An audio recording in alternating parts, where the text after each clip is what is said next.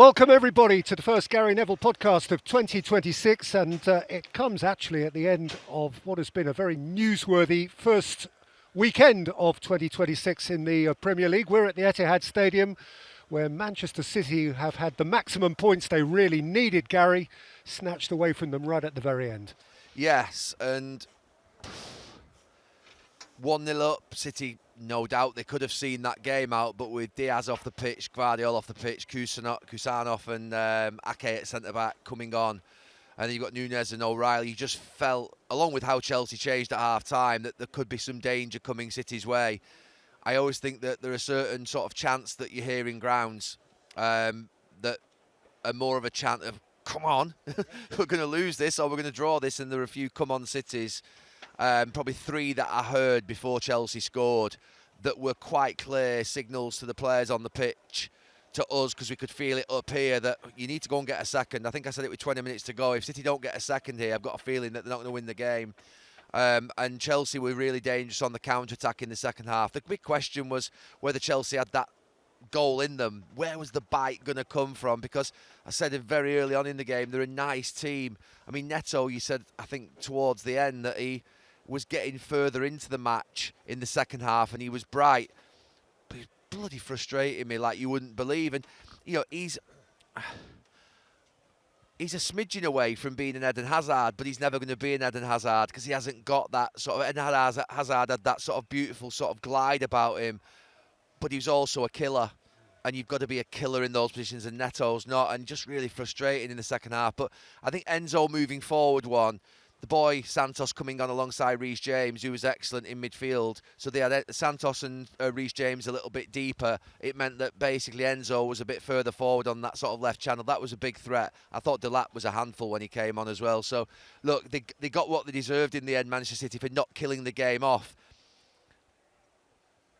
Chelsea deserved a point in a way because of how they reacted, but they should have been killed off by Manchester City. Pep Guardiola and those City players will need a little bit of picking up tonight. They'll go home. We've all been there as football players and thought, oh, that's a bad one. That's a bad one. I think, you know, you get a point away at Sunderland, you can sort of half accept it, and then you win today and you sort of think, right, okay, no problems. We're going into the sort of, you know, still got 18 games to go, but you wouldn't want to be 6 points behind. Still a long way to go, still can be retrieved.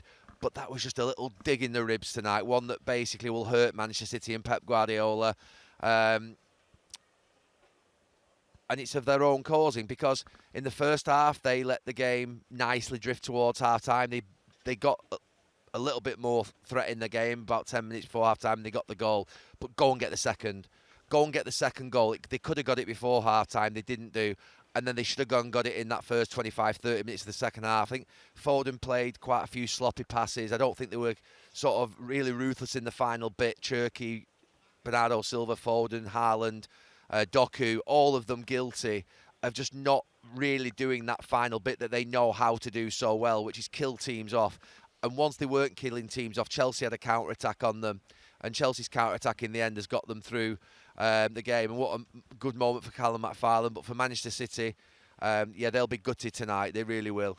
Have you got any comment, big picture-wise, to make on Chelsea and the week they've had and the change of coach and so on? Yeah, I mean, look, that's a good end to this week for Chelsea from where it is. When you lose a manager, it's always harrowing. No one likes to see a manager lose his job or a manager give his job up, however you want to read it at Chelsea. It's been coming for 2 or 3 weeks. I think he did a press conference, didn't he, 2 or 3 weeks ago, where he talked sort of... His worst 48 hours. Yeah, his worst 48 hours, subliminal messages, reading into things, almost... You wouldn't... It's almost worse when managers do that, because then you're left wondering, who is he having a go at? But what you know is it isn't going to end well. That's the thing you do absolutely know when these things start to happen. So I wasn't surprised at all by Maresca being out of a job. I think that what's happened in the last couple of weeks is that you see a club that's got very little experience in their ownership of Premier League football. They've only been in it for a couple of years. Then they bring in sort of sporting directors who are sort of what would be fresh sporting directors, should we say. They get rid of Marina, they get rid of Petr Cech. They obviously then sort of lose Thomas Tuchel, very experienced operators. And then you've got young players on the pitch and you've got young players in the dugout, young coaches in the dugout. So it's just almost in some ways quite inexperienced all the way through the club. And with that, you get inconsistency and you get things like you see from Chelsea where they can be really sensational in parts of matches and you think, I really like them. Such a nice team to watch. But then you think, where is that fierceness, that ruthlessness, that spine, that physicality, that mental strength that's going to get this club from being a really talented club that spent a lot of money into a club that's going to win things? And there's a big jump yet in that respect, because that team that we've seen out there today plays really good football at times. Some of the football is silky, it's smooth, but they're really short, and everyone knows where they're really short. They're short in goal, they're short at centre-half, even though I thought the centre-half did well today, and they're short up top. But they're going to be like this for a bit. I think the policy of signing young players is fine. You know, who wouldn't want to see young players signed by a football club that have got, you know, many years in front of them and loads of potential? But you do need to have some experience, and that team needs 3 30-year-olds who've been around the block and know how to win as a minimum. You know, your squad really should be made up of 5 or 6 30-year-olds, 5 or 6 probably under 23s, and then 12 in the middle between 23 and sort of 29, 30 that are your real core. Basically still got a lot of experience. That is a championship winning squad and profile of it. What Chelsea have at the moment is an average age of 23 the other day, wasn't it? Well, look, you genuinely can't win anything with kids. That's a fact. I'm going to say it now. Said one of the original kids. I'm going to say it now. After 29 years, you cannot win anything with kids. Alan Hansen was absolutely right.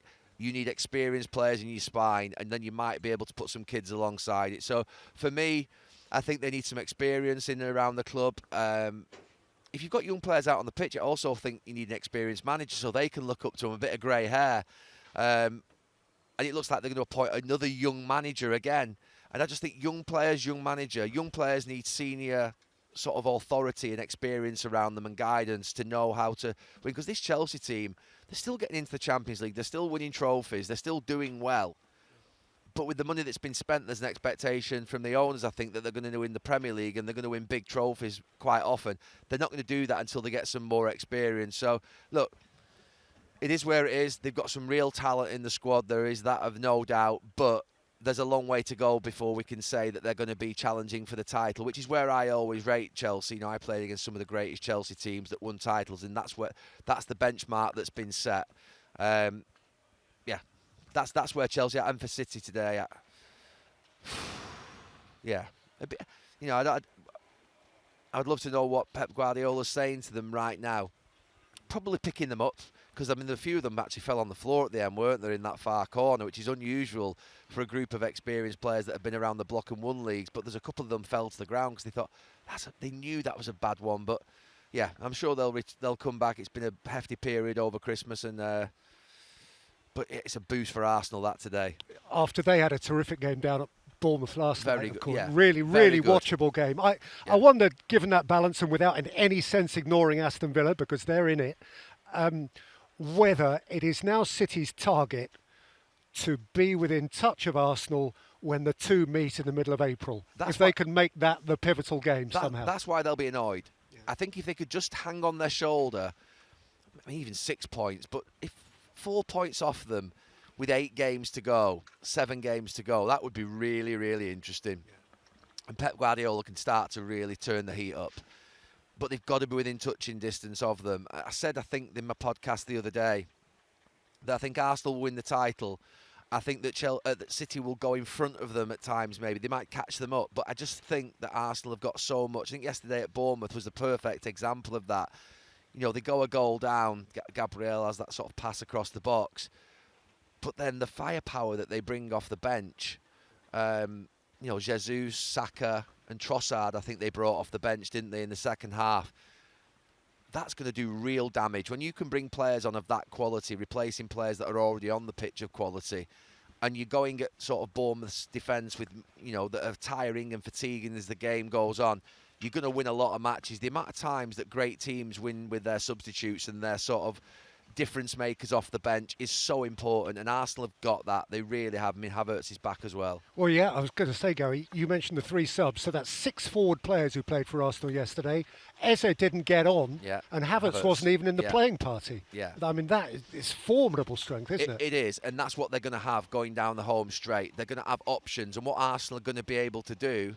I mean, City can do it as well. You think when Doku comes on the pitch today, you think that he's got that sort of ability to do things. But what Arsenal are going to be able to do is be 1-1, 1-0 down, and be able to throw on 3 or 4 players that are just going to completely transform the game and the momentum of a match.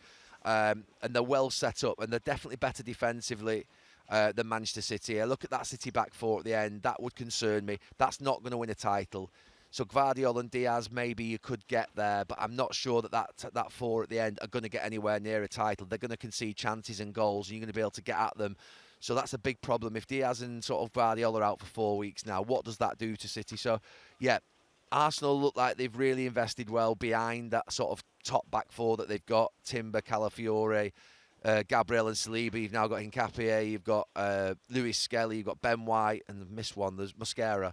So you've got basically 2 back 4s.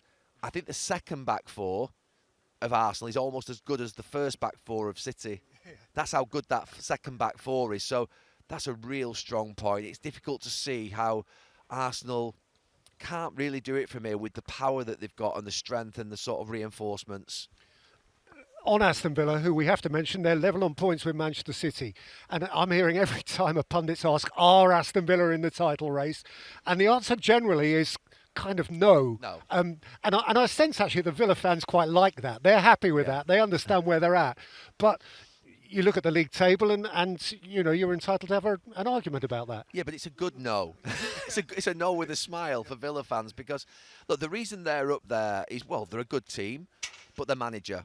I genuinely believe their manager is of a different level than the other managers that sort of have got a similar squad of players to him. I think he's a difference maker in respect of an extra sort of 6, 7, 8, 10 points from the likes of Chelsea, Manchester United, Tottenham. I genuinely think that this manager is sensational. He's the second best manager in the league behind Pep Guardiola, and that's why Villa, with a squad that, you know, if you looked across it, it's not sensational, it's not amazing, it's not sort of groundbreaking in any sense, it's solid. But you've got a guy who knows how to get the maximum out of them in terms of individually, but more importantly, collectively, the way in which they play. They've got a definite style. They all know what they're going to do. They know where their next pass is. I watch so many teams where basically there are a lot of what I call single passes. You watch sort of Villa, you see combinations and sort of they can play it without looking. They know someone's going to be there, and that's the ability of their coach to be able to do what he does. So for me, Villa are going to finish in the top 4 because of their ability of their manager and the ability of their coach and the solidity of their team formation to repeat patterns that they do. And they're doing brilliantly well, but they're not going to win the title. They're well away from Arsenal. They're well away from Manchester City. They might not even finish 3rd, but they definitely will finish, I think, in Champions League spaces, and they deserve it. Want to do Liverpool and Manchester United and the bottom of the league, so we can take that in any order. Let's do Liverpool. We weren't able to see much of their game today, except that astonishing Fulham equaliser late in it. Yeah, I was watching a bit of it in the truck, and Wirtz scored the equaliser. Yeah, Wirtz, I was thinking back to the game. Wirtz scored the equaliser, and it was just on the edge of offside, and he got the goal. And the amount of times from me walking from a truck up to a gantry that Liverpool score late on is unbelievable in this last couple of years. So I got here and then my flash score comes up 2-1. Oh, and that little killer thing, always a little bit of a dig, isn't it, when Liverpool win late on. And then all of a sudden, they throw in our screens the Harrison Reed goal that is absolutely wow. I mean, what a goal that is.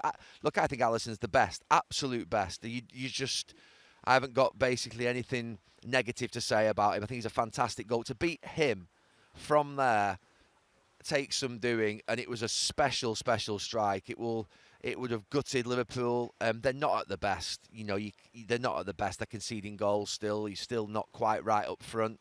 But Liverpool look like they're gonna finish in the Champions League places. Partly because they're good enough to, but partly because there aren't enough teams around them good enough to actually, to prefer, knock them out of them. That's I think, going to be the reality of Liverpool. They've got enough good players up top. Salah's going to come back. They're going to get there in terms of Champions League space, but they're not going to get to anywhere. They're nowhere near the levels of last season, but they're not going to really shock us and go on a great run in the second half of the season, I don't think, because they're still making quite a lot of errors and mistakes. Although at the end today, that was just an absolute gem from Harrison Reed, and something that, yeah, Liverpool will again be gutted on the way home. Pep Guardiola's just coming into his after-match interview, which, yeah. Okay. Now, Manchester United drew at Leeds today. Nobody, I think, is particularly surprised that is one of the great, you know better than me, one of the great furious fixtures in English football. Leeds, Man United, and at Ellen Road, Leeds can do damage to anyone. Yeah. So that is unremarkable. But Ruben Amorim's had some really interesting post-match things to say, hasn't he? Which I think you know more about than me. So you tell me. Well, no, it came up to me during the first half. I'd not seen it myself, but apparently it was some bizarre comments around I'm a manager, I'm not a head coach, which I just said before, didn't I, about Maresca, about once you start this sort of what would be game playing in your press conferences, it obviously something is annoying him. He's obviously not feeling the support. He's obviously sort of letting go. When you say that you come to the club as a manager, I don't know, I'd have to check it. I thought he was appointed as the head coach of the football club and quite clearly appointed to coach the team. Manager is a title that we don't see, I don't think, anymore. I'm not sure whether even Pep Guardiola is the manager of Manchester City or he's head coach. Manager suggests that he's saying he wants to manage more than just the training ground performance. He wants to overlook other parts of the club, because I played under a manager and they basically have a greater say in what would be other parts of the club, including recruitment, including sort of academy, including style of play, including the way in which maybe the club goes about their pre-season friendlies and the sort of the other things. So I think he's suggesting maybe that he needs to be given the ability to manage more departments of the club. Because I think there was part of his quote, and I've not seen the press conference at all, so I'm talking here just from seeing them sent through to me by the Sky producer, about basically other people having to do their jobs in their departments, which again seems that he's not happy with something. So something's happened there in the last week with the quotes that are coming out that mean that Ruben Amorim is now starting to unleash a little bit, and as Maresca did, that I've had the worst 48 hours. It's not quite that, but it's something similar in a way which it's not explicit what he means, but everyone's having to read it, between the lines what he means, which looks to me like he's not happy with something within the hierarchy. That's the sort of thing that basically is coming out of it. He's mentioned my name in there as well, apparently. I think that's one of the sort of things that managers tend to do towards difficult periods. They tend to sort of have a go at pundits. No problem with that whatsoever. I've actually been quite supportive in the last few weeks of Manchester United's performances against Bournemouth and against Aston Villa and against Newcastle. Thought they were very good. I couldn't be supportive after the game the other night against Wolves, if that's what Ruben Amorim was referring to. It wasn't right the other night against Wolves, and you have to say that as well. It wasn't right when we played against Everton with 10 men and we kept 3 players at the back. So I am going to call out when I see things that aren't right, because that's my job. But that aside, I think the bigger problem isn't what he said necessarily about me. In fact, it isn't a problem at all. It's more the problem of what he's saying and what he's insinuating is happening behind the scenes. Maybe around the transfer window in January. Maybe he felt that the club would support in January. But I must admit, I was surprised that Manchester United spent that much money in the summer, because when they got knocked out of the Europa League, I mean, everyone knew that Manchester United's financial situation, you just have to look at the numbers. You don't have to base it. This is not guessing. Just go and look at the sort of accounts. They haven't got any money. It's a staggering thing to say, but after 10 to 12 years of mismanagement, of really shocking recruitment, of wastage, of lack of investment in the stadium, of all these things that have come to a fore in the last couple of years, means that Manchester United are currently tight on cash. One of the biggest football clubs in the world. They found, was it 150 or 180 million in the summer? Something like that. On 3 players. They signed Sesko and Burmo and Cunha, which obviously was massive investment, and everyone was like, where did that money come from all of a sudden? And so I'm not surprised that there isn't any further money, to be fair, in January. But he obviously wants players, Ruben Amorim. He probably wants a midfield player. He probably wants another wing-back. If he's going to cement that 3-4-3 system, it's clear he needs another wing-back who can play in those wide areas. It's a unique position that isn't sort of, if you like, a specialist by many. And Manchester United do need a central midfield player of force, of power, of presence. They needed that in the summer, but they chose to go and strengthen up top. So maybe he's been told in the last week or two that he's not getting any players. I don't know. I genuinely don't know what the situation is, but it's not going to go away. And when these press conferences of this ilk start, it's never usually good. It does. You mentioned Maresca and perhaps the parallels. Don't know enough about it to know how far those parallels go, but it does speak to the key relationships within a football club, doesn't it? Which seem to me to be more complex these days, where there are directors of football and the boss isn't necessarily the ultimate boss. In your day, when Fergie, in the nicest possible way, was a kind of benign dictator, you know, what he said in any department went. He didn't really have to concern himself with those relationships. It was a kind of simpler dynamic, wasn't it? Yeah, because he came in the 80s and he controlled the recruitment, he controlled the style of play, he controlled the academy, he controlled the coaches through the system, he controlled who was in the medical department. It was his team. That's obviously not the modern way. No one's expecting any club to run like that. I think my sort of more recent lived experiences of the challenges of sort of being in a football club come from really with Salford for me. Yeah. You know, I've sacked managers too early. I've openly talked about getting it completely wrong with sacking managers. Completely wrong sometimes by having too much conversation with the manager and sometimes having not enough conversation with the manager. Sometimes, you know, you think that basically you're doing things the right way, but it's quite clear that you're not. And you know, I always remember, and I've talked about this, and somebody who's doing brilliantly well, Graham Alexander at Bradford City, and I'm absolutely delighted that he's doing well because he's an unbelievable professional and I never, ever should have lost his job at our football club, and it should never have sacked him. And I've said this publicly 5, 6, 7 times. So I've lived this experience of getting it wrong and doing it badly. And you always want more as an owner. Well, the style of play is not right. It's not entertaining enough. The results aren't right. You're always searching for more. You're always thinking that more can happen. You know, I've got the balance more right in the last 2 or 3 years in the sense of being far more passive in terms of my ownership. But for that first 7 or 8 years, I was very sort of active in and around the club. And for a large part of those years, we got 4 promotions in 5 years. We won a trophy at Wembley. But in the last couple of years, I made some sort of decisions there that, because you just get carried away a little bit at times and you don't quite get it right. You sometimes get a little bit too anxious in your decision making and you make decisions that you wouldn't make in other business decisions in a football club because of emotion and passion. And also, how much do you talk to a manager as an owner? How much do you talk to a sporting director as an owner? How little do you talk to them? When does advice become dictating policy? You know, it's really challenging. If you go to a sporting director as an owner and say, I don't like the way we're playing, and that sporting director doesn't handle that information properly by passing that to the manager, all of a sudden you've got a fracture. And I'm not saying that's happening at Chelsea or at Manchester United, but it can happen. I've seen it happen. I've lived it and done it and got it wrong all the way through and got a lot right as well. But it's not easy to have that sort of what will be right amount of contact, that communication, how much communication you give, you know, what you tell a manager on the way in and then what happens.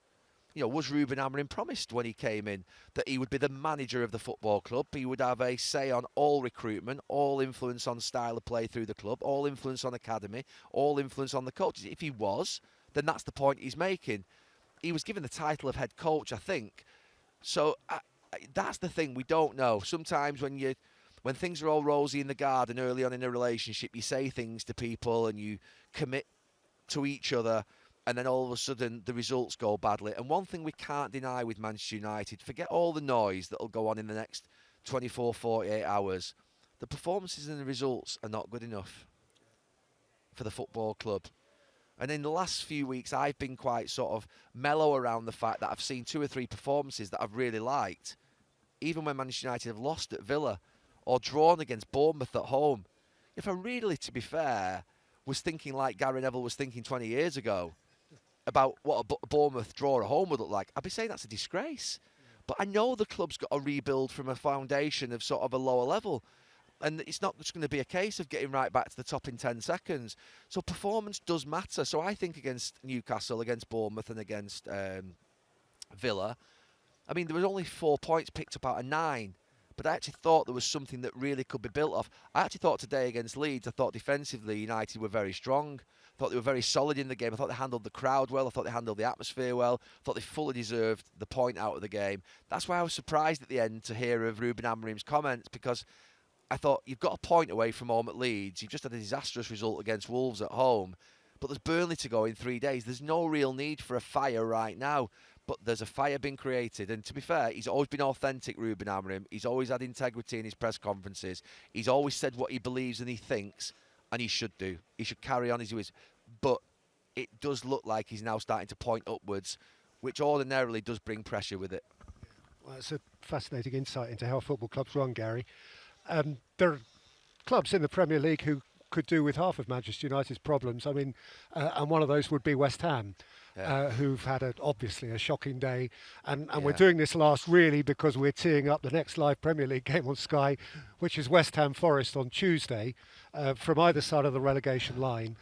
What are you making of that? There is 4 points between those two now, but that was Wolves' first win of the season, and it was a 3-0 win against West Ham. Yeah, when I saw that coming through yesterday afternoon, it was like, oh, I mean, that was a bad one for West Ham. But the thing about West Ham at the moment is that everything seems quite toxic, doesn't it? Everything feels a little bit like it's not right. It's not right, obviously. So it's a huge game. I mean, what a club West Ham is. A massive club. They've been down before, and they'll go down again. And it may be this season. But Tuesday can have a big influence on that. They can drag, Nottingham Forest back down. Their Leeds at the moment look really strong. They look like they're going to pick up points by the way in which they're playing, their sort of togetherness, their physicality. But you're going to have to drag a couple down with you if you are West Ham. You have to pull a couple back. And what you can't do is become cut adrift. Wolves, Burnley, you feel like they're going to really struggle to get out of it. They've no chance. But West Ham, you do feel, could do some business in January. They've got a manager who I think has done this before. So can they pull Nottingham Forest back? Can they somehow reel someone else in?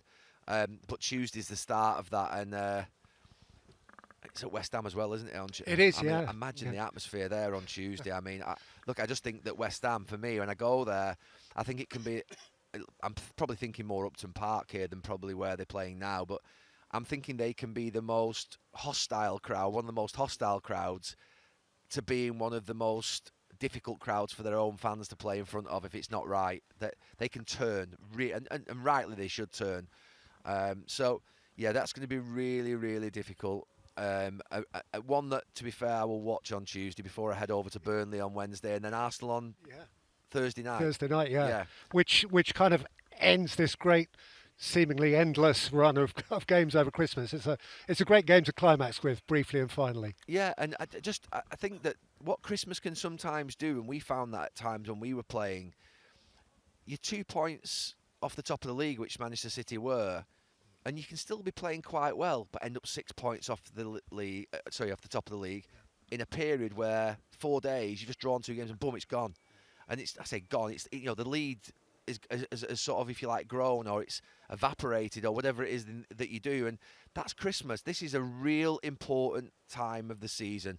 Once you get into that December, January, February, you're into that winter slog where you'll find out a lot about teams, and there's a lot of points to play for. Who does City play, by the way? They play Brighton, did someone say? Yes, Brighton on Wednesday. Away. Home. Home, here. Yeah. So, look, they've got a good chance on Wednesday. Not right in Brighton up, but they've got a good chance on Wednesday to sort of get 3 points on the board, and then maybe they can sort of see that gap shrink to 3, which they would if they win, and then maybe Liverpool have got something in them. Liverpool are a team that can go to Arsenal. They can do something, so that they can maybe watch Arsenal on Thursday night, see what happens, and put a bit of pressure on Arsenal for the Thursday night game. Which we'll all be at. So, yeah, another interesting week. I really like this time of the year. I think it's fantastic. And the FA Cup starts next weekend as well. So, yeah, the end of the Christmas and New Year period, a lot of interesting things happening. And I think it's going to be an interesting 3 or 4 days, this. Lovely stuff. And tomorrow's 12th night, so go and get your decorations down. Oh, mine are down. Well done. Bar humbug. Well done, Gary. Well done.